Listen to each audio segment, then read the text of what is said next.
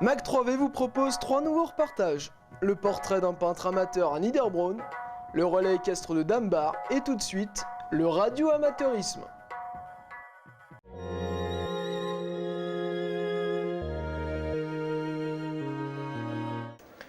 Le radio-club amateur des Cigognes de Valbourg a profité de la fête de l'Internet pour organiser une exposition radio. Il y a plus de 2 300 000 radio-amateurs dans le monde. Seulement 18 000 en France, comparé aux 80 000 Allemands, c'est peu. Raymond Frey va nous expliquer cette passion présente dans le monde entier. Ma passion, c'est le radio-amateurisme. Alors, radio, c'est une chose, mais amateur, c'est une vraiment passion qu'on aime. Et puis, c'est à force de vouloir découvrir, savoir, qu'on se met à lire, à chercher, à trouver, et c'est finalement, on avance avec des montages qui fonctionnent avec fil, et puis après, finalement, pourquoi pas sans fil, et c'est là, de fil en aiguille, ça s'enchaîne, l'engrenage est parti, la roue tourne, il faut donc forcément, à un moment donné, je dirais passer une licence, qui est un examen qui vous donne quand même un certain niveau, et c'est quand même un niveau technique qui vous permet certaines choses. Je dirais, on vise spécialement expo, parce qu'on veut exposer le peu de moyens que parfois on a besoin pour faire des contacts, mais d'un autre côté, on a d'autres moyens. D'ailleurs, en regardant derrière moi le mât télescopique sur remorque qui finalement permet de faire de très très bonnes performances, alors qu'à côté, on peut également, avec un petit handi, c'est-à-dire un peu plus grand qu'un téléphone portable, avec une antenne d'une vingtaine de centimètres, j'arrive à couvrir 25-30 km. Bon, le radio-amateurisme fait quoi? Il y a tellement de choses. Parce qu'on a des possibilités de faire des conversations, des liaisons comme nous on nomme. Alors je dirais ces liaisons, c'est avec du morse, qu'on croit pourtant oublier, et pour nous c'est encore quelque chose de plus en plus naturel. Des liaisons en parlant, donc en phonie, mais on fait des liaisons avec Minitel. Ici Foxtrot 5 Kilo Alpha Victor, c'est le radio-club des Cigognes de Valbourg, dans le département 67, à une quarantaine de kilomètres au nord de Strasbourg. Foxtrot 5 Kilo Alpha Victor repasse à Lictote. Oui, ça touche à pas mal de domaines, ce qui veut dire que finalement, plus qu'on avance, plus qu'on a envie de faire des liaisons, des contacts le plus loin possible, avec les moyens les plus petits. Avec une station, c'est-à-dire un émetteur-récepteur dont la puissance est la plus petite possible, mais que la liaison fasse finalement quand même la moitié du monde. Et pourquoi pas? J'ai fait l'Australie, j'ai fait le Japon. Et d'ailleurs, pour parler du Japon, j'ai fait ça avec 25 watts, qui est finalement ridicule, quand on voit parfois des stations radio qui ont des kilowatts derrière et qui n'arrivent pas à faire le coin. Alors, ça s'appelle des cartes QSL, qui sont des confirmations de liaison. Alors, on attend une fois par mois. On prend ces cartes, soit on les dépose au bureau départemental, soit on les envoie directement à Tours, où il y a le siège du réseau national, qui lui ensuite fait la distribution dans les différents pays où le chemin inverse, depuis le siège central, ça va au niveau de région ou de département, pour ensuite être distribué dans des radioclubs. Parce que comme ici, donc, le Radio-Club, qui a des membres qui viennent du canton de Niederbronn, du canton de Wörth, de la région d'Agno, de la région de Wissembourg, on se retrouve dans un Radio-Club, parce que finalement, un radio-amateur, c'est finalement un sport ou une passion individuelle, mais quand même, le fait de se réunir en club permet parfois de faire une sortie, de faire un concours en une journée, on se fixe 24 heures, en 24 heures, faire un maximum de liaisons. Et alors ce concours sera pareil pour tout le monde, parce que les propagations du jour J seront pareilles pour tout le monde. Il me faut un émetteur et un récepteur. Bien souvent, on le construit, je dirais, dans la même boîte, ou dans le même boîtier, parce que par simple pression sur la touche du micro, je mets en émission. En relâchant, je repasse en réception. Et c'est donc un émetteur-récepteur, au lieu d'avoir un téléphone où on n'appuie pas et qu'on fait du direct. Ici, j'appuyais pour parler, relâcher pour écouter. Alors donc un émetteur-récepteur. Ou dans un autre cas de figure, si je fais du morse, à partir du moment que j'appuie sur le manipulateur, je passe en émission Et dès que je le relâche, au bout de très peu de temps, il passe tout seul en réception. Alors au niveau des radioamateurs, il y a des personnages, je dirais même célèbres. Le roi Hussein de Jordanie, le roi du Maroc, Juan Carlos, le roi d'Espagne. Mais on peut découvrir également des astronautes, ou je dirais même des cosmonautes, Yuri Gagarin. Ça permet finalement de voir non seulement la partie technique, mais c'est finalement de découvrir, c'est tout d'abord la technique, et de rencontrer d'autres qui ont la même passion et d'échanger des informations. Parce qu'il a peut-être un petit truc, un fil qu'il a tendu dans un sens nord-sud alors que le mien c'est est-ouest, et des trucs dans ce genre-là qui m'amèneront à faire d'autres essais et essayer de le retrouver pour voir si aujourd'hui mon émission est meilleure que la dernière fois. Appel général de Foxtrot 5 Kilo Alpha Victor. Foxtrot 5 Kilo Alpha Victor. Lance appel et passe à l'écoute. Transmettez s'il vous plaît.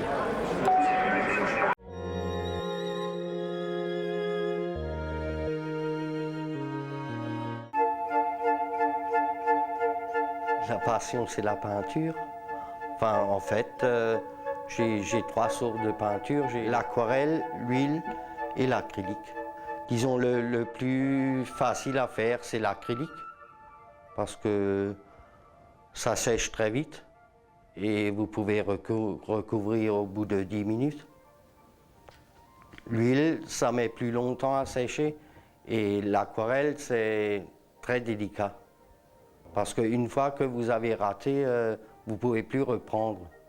J'avais 24 ans, et puis en visitant les expos, et comme j'avais un assez bon coup de crayon, je me suis dit pourquoi pas me lancer. Quand on va se promener, j'ai mon appareil à photo et je fais des photos pour l'hiver, parce que je peins essentiellement en hiver. C'est là que j'ai le plus de temps. Dès qu'on a des fleurs, on prend des photos, je prends des photos et après je reproduis sur les toiles. Il y a le tracé au crayon. Disons, il faut quand même respecter les proportions. Et puis, disons, c'est le plus dur à faire. Après, la peinture, ça va de soi, quoi. Une fois qu'il est encadré, je trouve toujours des détails que j'aurais mieux pu faire, qui me plaisent pas, quoi. Et puis, bon, mais là, on ne s'arrêterait pas. À un certain moment, il faut quand même, surtout quand les gens ils disent « Ah, c'est bien », vous avez quand même une certaine fierté. Et puis, vous oubliez votre détail que vous n'avez pas réussi. Ça, c'est l'esquisse, quoi. C'est la sous-couche, quoi. Une fois que j'aurai terminé toutes les parties en couleur, je vais bien laisser sécher et puis après, on va aller à la finition. Les détails. Ça calme, c'est difficile à expliquer. C'est un hobby, quoi. C'est quelque chose que j'aime. Si j'ai envie de travailler, enfin de peindre, et je me sens un peu énervé, je prends l'acrylique ou l'huile, la peinture à l'huile. Et si je me sens bien reposé, et comme un dimanche après-midi, qu'il fait beau dehors, et pour se prendre le temps, là je fais l'aquarelle. Si je suis bien dans ma peau, que je suis bien luné, je fais parfois des tons assez comme le vert, des tons vivants, des tons chauds. Et puis quand vous êtes un peu moins, vous peignez des paysages d'hiver.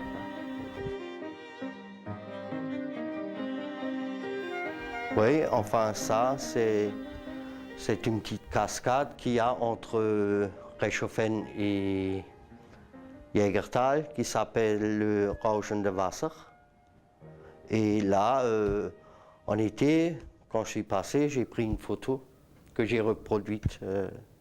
Je suis tombé dessus par hasard, quoi. Et ça m'a plu, ça m'a inspiré. Si vous avez un plan d'eau, c'est pas tellement compliqué. Mais il faut faire en sorte qu'on voit que c'est une eau qui coule. Ça, c'est un de mes préférés parce que c'est ma rue, c'est où j'habite. Et c'est de l'aquarelle et je l'ai peint un dimanche dehors sur le gazon. Disons, les derniers, je les ai là, j'en ai vendu beaucoup et j'en ai offert beaucoup à la famille, aux amis. Chaque fois qu'on a des invités, ils disent « Ah tiens, celui-là il est beau, alors, ça te plaît ?» Oui, alors je lui donne quoi.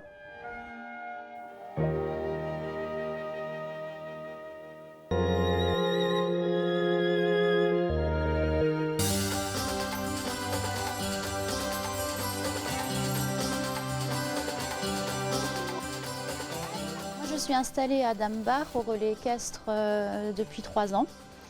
Donc, il s'agit d'un gîte d'étape où je peux accueillir des randonneurs, autant cavaliers que d'autres groupes. Et j'ai également donc, une école d'équitation et une école d'attelage. Alors actuellement j'ai 8 chevaux à l'écurie, dont une jument que j'ai là en pension au travail, parce qu'il y a des propriétaires qui me confient leurs chevaux pour les faire travailler ponctuellement. J'ai une race assez typique qui s'appelle le Schwarzwälder. Ce sont des chevaux de race mi-montagneuse de la forêt noire. C'est une race assez rare. Et l'avantage, ce sont des chevaux qui sont très bien dans leur tête. Je peux autant les atteler que les faire monter par des enfants, des adultes. Et ce sont donc des chevaux qui sont tout à fait adaptés à l'activité que je fais.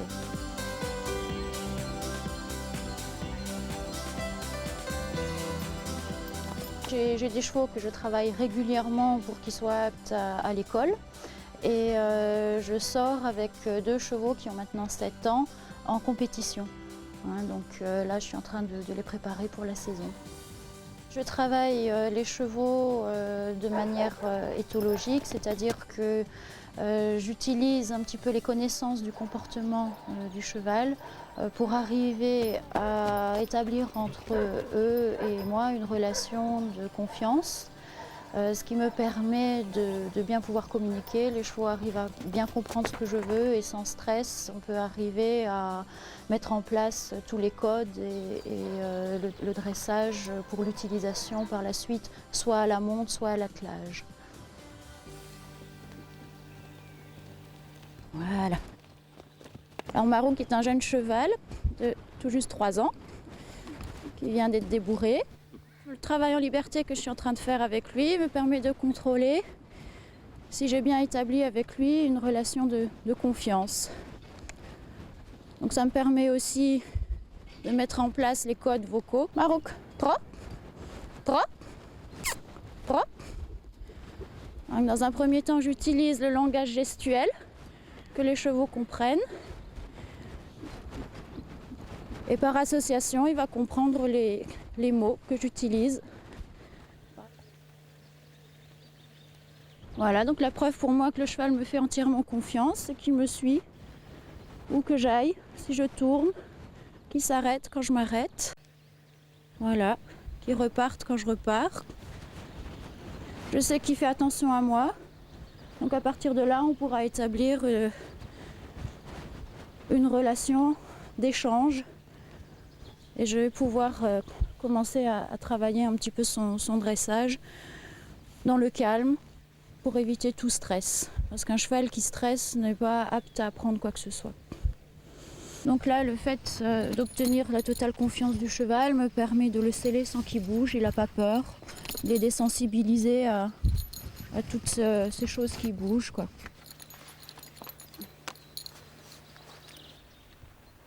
Non, tu bouges pas. Donc là, je l'oblige à rester arrêté, à ne pas partir tout de suite dès que je me mets en selle, parce que par la suite, il risque de croire que dès qu'on est en selle, il a le droit de partir. Donc l'éducation du cheval se fait déjà dès le départ, en l'obligeant à rester arrêté. On lui autorise à partir que lorsqu'on l'a décidé. Alors, si vous voulez, on démarre le débourrage proprement dit du cheval à l'âge de 3 ans à peu près. Le débourrage proprement dit peut être assez rapide sur une période de 1 mois, mais le dressage, c'est-à-dire qu'on confirme les acquis du cheval, le dressage se fait tout au long de l'existence du cheval, si on veut, hein, parce qu'après tout dépend ce qu'on veut en faire. Si on veut continuer dans l'optique de faire de la compétition, l'entraînement du cheval continue tout au long des saisons. Donc quand j'ai des jeunes cavaliers à peu près de l'âge de 10 ans, on fait une approche assez ludique de l'équitation, de manière à ce que les enfants puissent apprendre à manier le cheval, à le contrôler, à le faire tourner, à le faire s'arrêter, tout en s'amusant, hein, et apprendre les gestes techniques par le biais de dispositifs assez ludiques. Donc je leur explique un petit peu comment réfléchissent les chevaux, comment ils pensent, comment ils réagissent, pour qu'eux-mêmes puissent ajuster un petit peu leur façon de faire, surtout en ce qui concerne les règles de sécurité. Alors, donc on va commencer d'abord à la queue leu et puis après je vous ai mis en place un petit parcours. On va faire 2 équipes et chacun devra faire le petit slalom, passer entre les barres, attraper l'objet là-bas. Camille, tu peux accélérer un petit peu. Camille et Anastasia, on va s'arrêter pour les attendre. Je compte jusqu'à 3. 1, 2, 3, on s'arrête. Voilà. Allez, Jacques a dit mettre la main sur la tête. Comme ça. Alors, Anastasia, il faut que tu mettes tes 2 rênes dans l'autre main quand tu lâches. Attention, prêt, feu, partez.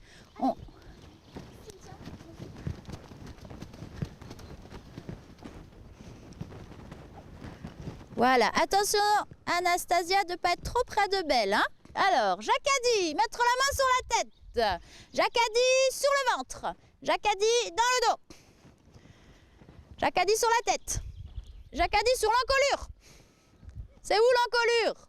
Ah, Cynthia, elle me regarde. Non, c'est pas Cynthia. Anastasia, c'est où l'encolure? Alors l'apprentie, elle est là en alternance. Donc elle est 1 semaine chez moi, 1 semaine à l'école. Et donc elle est là pour préparer un BEPA hippique. Donc elle s'occupe des soins aux chevaux.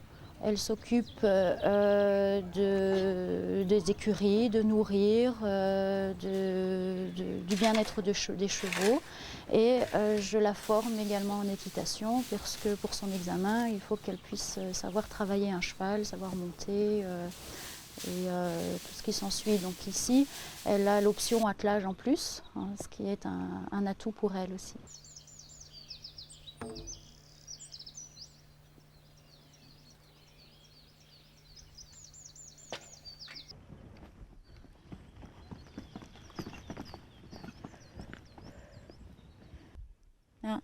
Moi, je veux que tu viennes dans un petit trot régulier et que quand tu lui demandes, là, en fermant les jambes, qu'elle y aille. Alors, jusqu'à présent, tu fermes tes jambes, il n'y a pas de réponse. Voilà, maintenant. D'accord. Oui. D'accord. Pour les séances d'attelage, on utilise l'environnement extérieur.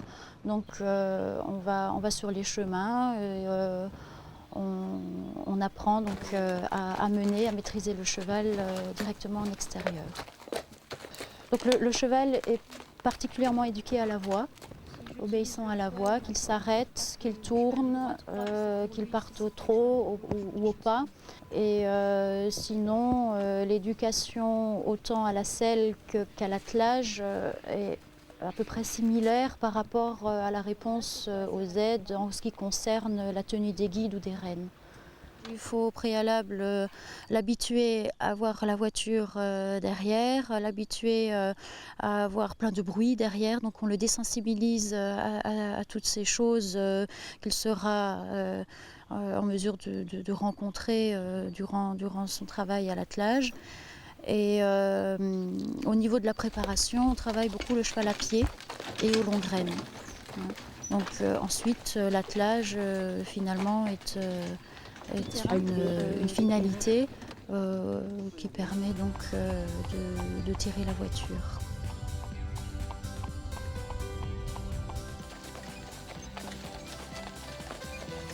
Je prends des cours pour pouvoir apprendre à mener un cheval à une calèche, pour pouvoir me déplacer avec, pour pouvoir manipuler le cheval comme j'en ai envie.